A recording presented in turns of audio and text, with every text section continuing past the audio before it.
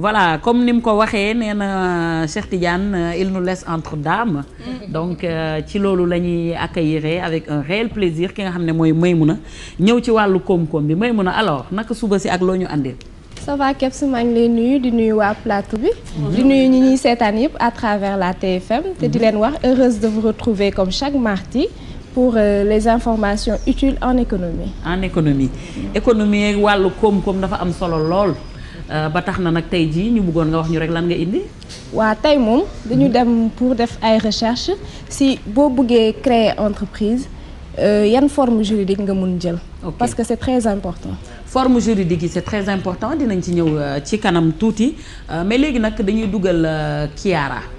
suñu xarit bu am maanaa bi Kiara tey jii am na gëstu bu mu def Bijou. waa Kebs te Kiara société française la dem seeti. te boo dee xool Sénégal ak France seen relation yàgg na. peut-être que colonisation am na fi mais après loolu relation yoo xamante ne dañ xaritoo daal ñaari dëkk yi. donc bëri na ay français yu nekk Sénégal ay sénégalais yu nekk France te buñ dee xool sax dafa mel ni français yi ñoom ñoo fi gën a ëpp parce que dañ leen di gis partout ci administration bi ñi ngi liggéeyal France am na ñoo xam ne dañ fi ñëw sax carrément. dëkk fi donc Kiara ñooñu la demoon seeti tey pour xool naka la ñuy dundee biir Sénégal ak naka lañ fi intégré wu.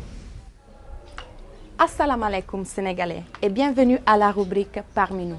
Aujourd'hui, on va aller à la découverte d'une communauté étrangère que vous connaissez très bien, la communauté française. Découvrons ensemble Erwan, jeune Français installé au Sénégal depuis 14 ans. Et puis après Charlotte, une jeune Française arrivée au pays de la Teranga depuis seulement 2 mois et demi. Pour terminer avec Abi, une femme sénégalaise mariée à un Français. Vous êtes curieux, je le sais. Avec Yangoulen, on a la possibilité de les rencontrer. Regardons ensemble ces reportages.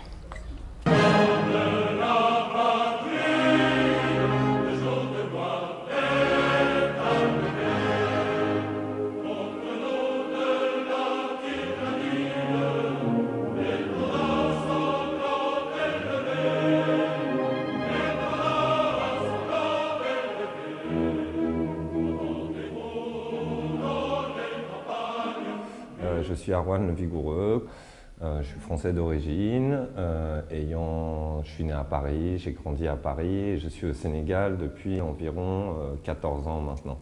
Je pense que c'est un pays où l'intégration existe, mais où il faut qu'il y ait des conditions au départ pour que le partage puisse se faire. Le partage c'est pas et l'échange c'est pas quelque chose qu'on crée comme ça, surtout quand il y a des différences de culture. Donc, par exemple, la langue, effectivement, c'est quelque chose de très important. Toute personne qui vient au Sénégal et qui fait l'effort d'apprendre la langue s'ouvrira toutes les portes au Sénégal. Avec une phrase, on fait tomber toutes les barrières. Il n'y a plus de français, de ceci, de cela. Je m'appelle Abi. C'était pas compliqué du fait que mon mari s'est adapté et que c'est un Français du peuple, comme Erwan l'a dit souvent, un Français du peuple sénégalais. Il connaît nos cultures, il connaît la religion et tout. Donc il s'est plié facilement à cette conversion. Personnellement, je parle par rapport à mon expérience. J'ai jamais eu de problème d'intégration avec un Français ou un Sénégalais ou quelle que soit la culture, je me suis toujours adaptée facilement parce qu'en fait, je vois la personne comme un humain. Là, si on parle de politique, par contre, côté politique, c'est un petit peu difficile parce que même moi, étant femme française, j'ai des problèmes à l'ambassade pour avoir le visa. Dès lors qu'il s'agit de problèmes, en fait, de visa, de ceci, de cela. Donc, en fait, moi, l'image que me renvoient les Sénégalais de la France, c'est plutôt, à l'heure actuelle, une image un peu dégradée et un petit peu altérée. Voilà, c'est pas forcément une très bonne image. Qu'est-ce que c'est le lien avec ton pays d'origine? Avec mon pays d'origine, qu'est-ce que c'est le lien? On en discutait il n'y a pas longtemps avec des amis. En fait, c'est surtout un lien de cœur. En fait, c'est plus forcément une attache territoriale ou culturelle, etc. Moi, mon lien en France, c'est ma famille, mes amis, les lieux dans lesquels j'ai vécu, où j'ai fait des choses, etc. C'est ça mon lien direct avec la France, c'est cette partie de la France-là qui habite en moi. Mais le pays en tant que tel, je l'ai quitté il y a longtemps. Je suis Charlotte Laki et je viens de Toulon. Et je suis venue au Sénégal pour un stage. Donc moi, ça fait 2 mois jour pour jour que je suis arrivée, donc c'est encore une impression assez fraîche. Mais c'est vrai qu'il se targue d'être le pays de la teranga et c'est totalement vrai puisqu'ils sont très très accueillants, très polis, très respectueux. Donc ils tendent une perche vraiment pour qu'on s'intègre et donc nous parlent en Wolof et il faut tout de suite qu'on réponde en Wolof mais il y a vraiment possibilité de s'intégrer. On est vus comme des personnes qui se ferment totalement alors qu'en fait on vient ici pour découvrir, enfin moi je suis venue ici pour découvrir aussi le Sénégal et la culture sénégalaise et j'apprends le Wolof petit à petit donc je fais des efforts mais c'est pas évident. li may wax rek mooy ñu jàppale leen xajal leen te xam ne ñun réewum teranga la nit ki nu mënta mel rek ci ñun ngay bokk daal. Est-ce que tu as appris en Wolof? Amul solo. Je dirais salam alaikum, man la Erwan, waa Petite Pierre lay faral. Petite Pierre am na ay nit yu bari ñu nekk ci biir ay artistes sénégalais ay fecckat ay waykat ay waxkat ay artistes yu bari yu nekk foofu léegi ñun yàgg nañu ci liggéey bi fii Sénégal moom àdduna dafa am gudd tànk quoi mais waaye nag liggéey bi rek mooy fay suñu àdduna yàlla rek moo koy fay ñu ñaan mooy ñu continuer ba dem suñu yoon ba mu baax rek. kon nag loolu mooy li Kiara demoon seetal ñu ci société française bi merci beaucoup Kiara mu mel ni rek français yi dañu intégré wu bu baax parce que Erwan boo ko dee dégg olof yi leer nañ la wax fii ci fin reportage bi mais man Kebs li ma jaaxal waxkat yi ñooy ñan. laaj naa la ko je te renvoie la question mais daal nekk na loo xamante ne rubrique bi ñu andi muy parmi nous dafa am solo torop ñu taxaw ci parce que dafay permettre ñi nga xamante ne ñoom ñoo ñëw. tànn Sénégal moo xam pour dëkk la moo xam pour découvrir ko ñu xool yi nga xamante ne moom moo négatif boobu ñu jéem a fexe fësal ko pour que mu saafarawu yi nga xamante ne aussi moo bien ñu jël ko conserver ko mais nekk na lu am solo parce que déjà lii kenn ki ñu mujjee seetaan mi ngi wax naan ça fait même pas 2 mois elle est venue pour découvrir donc am na solo Joséphine. Moi je trouve que li gën a frappant li assez symbolique mooy que ni mu démarré reportage bi parce que dafa def hymne national et que voilà et que pour les Français le Sénégal c'est la deuxième patrie en quelque sorte et que booy xool nag tuuti ci comme ni que aussi Khady waxee sànq les liens dafa doon ay liens séculaires parce que ñoom dañu bokk ci nga xam ne ñoom ñoo ñu coloniser et que aujourd'hui bu fekkee ne mis à part l'hymne national bu ñu bokkatul parce que bu ñu fàtte ne ils nous ont enseigné que nos ancêtres étaient des Gaulois donc aussi noirs que nous sommes et puis bon voilà quel paradoxe voilà et puis bon bu ñu xool tamit si côté langue bi doon na lu nga xamante ne tey moom la ñu partagé à travers le monde il y a ce qu'on appelle le monde francophone ñu ngi partager la langue et puis au Sénégal dañu fi bàyyi ay institutions te boo gisee suñu institutions yi dañu nuroo dañu similaire parce que ñoom ñoo ñu coloniser woon mais itam li touchant ci élément bi encore mooy le fait que non seulement dañu intégré ci société bi depuis des siècles mais itam dañu tisser des liens forts dañu sëy entre ñun te du tey depuis toujours donc dafa mel ni ay mag ak rak je pense que nous et la France c'est une histoire que boo xamante ne kenn du ko mën dindi mais c'est une histoire profonde c'est une histoire très profonde c'est vrai Maïmouna voilà man li ma si xalaat mooy li ma si gën a marqué mooy le fait que ak reportage yi nga xamante ni moom lay def ci rubrique parmi nous dina me permettre ñun d'un point de vue extérieur ñu xool les étrangers comment ils nous jugent et c'est très important parce que dinañu permettre li nga xamante ni ñun on pense que c'est évident peut-être que ñoom mën na leen offenser wala ñoom mën nañ ci gis ay affaires yoo xamante ni on peut remettre ça en question donc c'est l'aspect le plus important que je veux donc Kebs man dama bëggoon ñëwaat rek ci ressemblance bi nga xamante ne Joséphine wax na ko parce que boo dee xool yeneen pays Afrique yi dañuy nekk Sénégal ñoom ñooy français wu Afrique parce que dañu bokk ay jikko bokk li nga xamante ne suñuy institution yi presque benn la donc foog naa ni loolu ci li gën a permettre français yi bu ñu ñëwee fii seen intégration gaaw ba ñuy nekk di jàng olof ñi nekk di marié entre ñun ak ñoom je pense que loolu ci la bokk et que lu ñu war a sàmm la. te yaakaar naa ne mooy dëkk Sénégal mooy dëkk bi ñu gën a yàgg. ci colonie yi. ok voilà mooy dëkk bi ñu gën a yàgg. parce que fi lañ doon duggee tamit colonie yi voilà fi lañ doon aussi duggee. voilà. dëgg la donc je rappelle que Chiara aussi kay dama koy xamal téléspectateurs yi nga xam ne rek dafa demoon Italie pour takk dëbësam yi wante day ñëwaat pour gën a mën a ñëw ni faax donc semaine prochaine incha allah mardi prochain ñi ngi koy nuyu fi mu nekk Italie Chiara on fait un coucou. ciao Chiara ciao ak sa yaay ak ñëpp tout le monde ndax dégg na olof bu baax bi nga xam ne moom la ñuy wax donc ñu ngi koy xaar mardi bi di ñëw incha allah mu ñëw ci rubrique am bu am solo bi muy parmi nous léegi nag dañuy ñëw ci li nga xamante ne moom mooy taataanu net bi. taataanu net bi kas comme ni ñu koy defee saa su ne dugg internet xool lan moo fa xew lan moo fa gën a fees parce que internet ni ma koy waxee chaque jour rek dafa doon lu doy waar doon lu important li nga xamante ne dafay permettre lu xew ci àdduna bi rek bés boo duggee internet tàppe benn mot sax clé ci li jot a xew li ngay seet lépp ngay gis donc ñu dem xool taataanu net bi lan moo fa jot a xew tey. Bienvenue à toutes et à tous. Non, 3 lettres pour signifier son indignation. C'est le titre de l'article signé Cheikh Rimsek sur dakaractu.com. Le journaliste qualifie le combat Tafatine, bombardier de boucherie pure et simple, en foutoir d'une violence inouïe d'une autre époque, le Moyen-Âge, du temps des barbares. La voyante, elle, l'avait prédit. Du sang, beaucoup de sang allait couler. Khalima.com qualifie Salbendum de phénoménal. Phénoménal, l'international italien Pirlo l'a été lors de la demi-finale contre l'Angleterre. Pirlo, la classe supérieure, l'architecte d'un jeu léché et plaisant de la squadra Azzurra a conduit son équipe dans le dernier carré du tournoi. Tout le contraire de Samir Nasri qui s'est distingué dans le mauvais sens du terme. Nasri, l'insulte facile.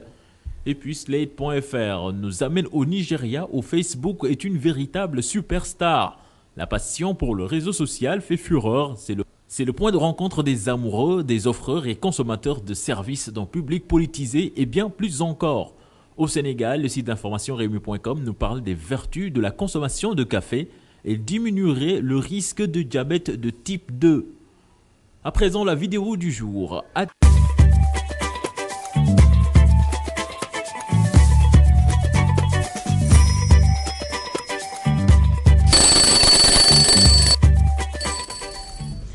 donc ñoo ko gisandoo loolu moo nekkoon li xew ci net bi gis ngeen ci ay information li gën a fes ci information yi mais tamit ñaari xale yu jigéen yi doy nañu waa Kebs imaginer ànd ak sa jëkkër ci boutique jékki-jékki gis rouge à lèvres ci loos bi ñi dañoo bëgg a tas say jàmm xanaa doy na waar en tout cas gag yi moom ça fait rire et ça met dans la joie et la bonne humeur nga xam ne rek moom moo di li nga xam ne mooy slogan wu yeewu leen ñu jàll ci Maymuna wàllum koom-koom entrepreneuriat mu nekk lu am solo loo xam ne ku yeewu rek yaa ngi mbébét wala ngay xalaata créer li nga xamante ne moom mooy doon sa société comme ni ñu koy waxee kon nag Maymuna tey lan nga andi. voilà Kebs ginnaaw bi ñu waxtaanee si ñi ñuy seetaanal si wàllu PME expliquer leen lan mooy PME ak critères yi régir PME yi. donc il est vraiment normal tey ñu ñëw pour jàppale leen pour képp koo xamante ni da nga bëgg a créer sa entreprise nga xam yan forme juridique ñoo approprié si PME yi. mais aussi nga xam par rapport ak yow sa activité bi nga bëgg a def ban forme moo ci gën a rafet affaire mën naa ko waxee noonu donc pour ça on s'est approché de notre conseiller juridique maître Vitin mu expliquer ñu forme juridique yi nga xamante ni moo gën a fréquente ci PME yi yoon may na ko forme juridique yu bëri actuellement ci Sénégal pour def PME mën nga def lu ñuy wax entreprise individuelle généralement nit ki bu nekkee moom kese la ci activité am mën nañ ko permettre mu def ko. yoon may na yeneen façon moom la ñuy wax société yi nag tey à l'état actuel législation bi ñeent la bi ñuy wax SARL te mu am ñaari façon deux formes mun na nekk sous forme unipersonnelle ñu koy wax SURL mun na nekk pluripersonnel mooy plusieurs associés am na lu ñuy wax société en nom collectif. am na bu ñuy wax société en commandite simple ak bi ci gën a mag mooy société anonyme. la différence énorme entre entreprise individuelle bi ma la wax sànq ak société bi mooy ne du ci raw entreprise individuelle mooy li ma la wax sànq rek dafa am confusion de patrimoine nit ki bu xasee di liggéey kenn mënatul fejjale ay alalam bu mu moomale boppam ak bi nekk kër ga ak bi xam ne moo nekk ci société bu ci entreprise am alors que bu demee société yoon may na ko lu ñuy wax ñu xàjjal la day am patrimoine d'affectation day am lu muy jël di xam ne moo ko moom. jëbale ko société bi te buñ koy topp sauf lu ñuy wax faute de gestion évidemment mënuñu ko topp que si lu mu yónnee société bi lu mu affecté société bi entreprise individuelle boromam mënul nekk salarié boo jëlee société permettre la nga doon salarié bu nekkee ne sa lu ñuy wax il y a un travail effectif dina la permettre li ngay jël ñu mun dugg sa charge yi dina la permettre également nga mën a inscrire IPRES sa caisse de sécurité sociale pour yow.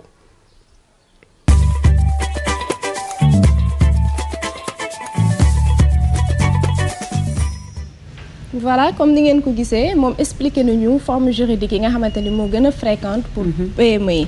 Donc li ñu si mën a retenir mooy déjà am na entreprise individuelle, SARL, société en commandite simple, société en nom collectif ak SA.